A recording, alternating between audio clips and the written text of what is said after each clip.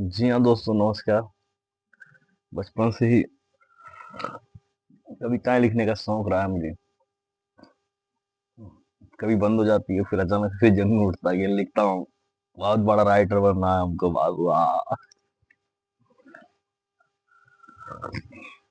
ऐसी खाली बैठा थोड़ा सा लिखा है। हम माँ का बहुत अहम रोल रहता है हमारी जिंदगी में, तो माँ के ऊपर ही कविता लिखी है। सुनाता हूँ आपको। ये भी बहुत गर्म है, भी ठंडी हो जाएगी। तब तक आप सुनो हमारी कविता। टॉपिक है कि माँ। माँ, मैं तेरी गोद में ही अच्छा था, लेकिन एक दिन तेरी गोद छोड़नी पड़ी। माँ, मैं तेरी गोद में ही अच्छा था, लेकिन एक दिन तेरी गोद छोड़नी पड़ी।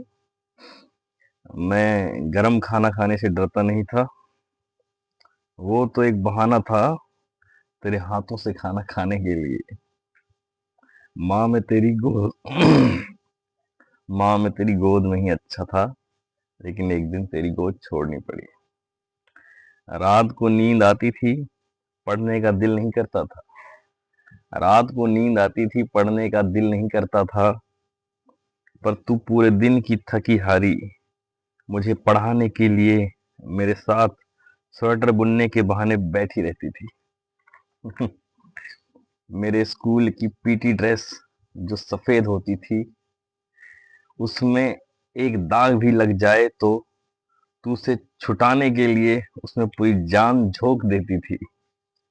मेरे स्कूल की पीटी ड्रेस जो सफेद होती थी, उसमें एक दाग भी लग जाए तो तू उसे छुटाने के लिए उसमें पूरी जान झोंक देती थी, ताकि स्कूल में मेरे गंदे कपड़े देखकर कोई मुझ पर हंसे ना।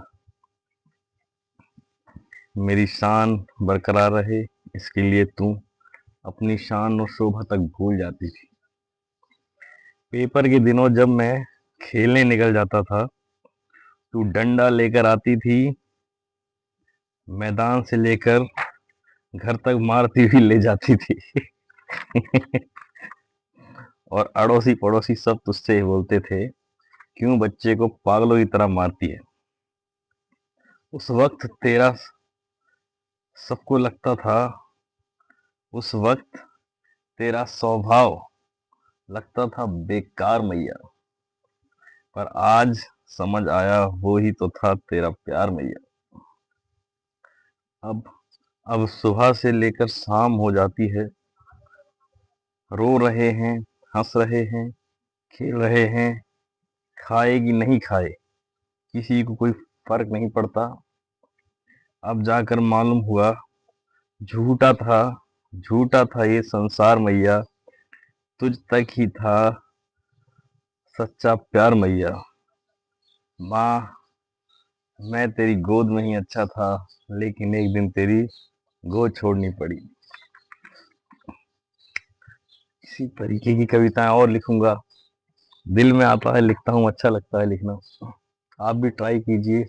हर इंसान के अंदर एक कलाकार होता है, बस उसे ढूंढने की जरूरत है। बताना कैसी लगी।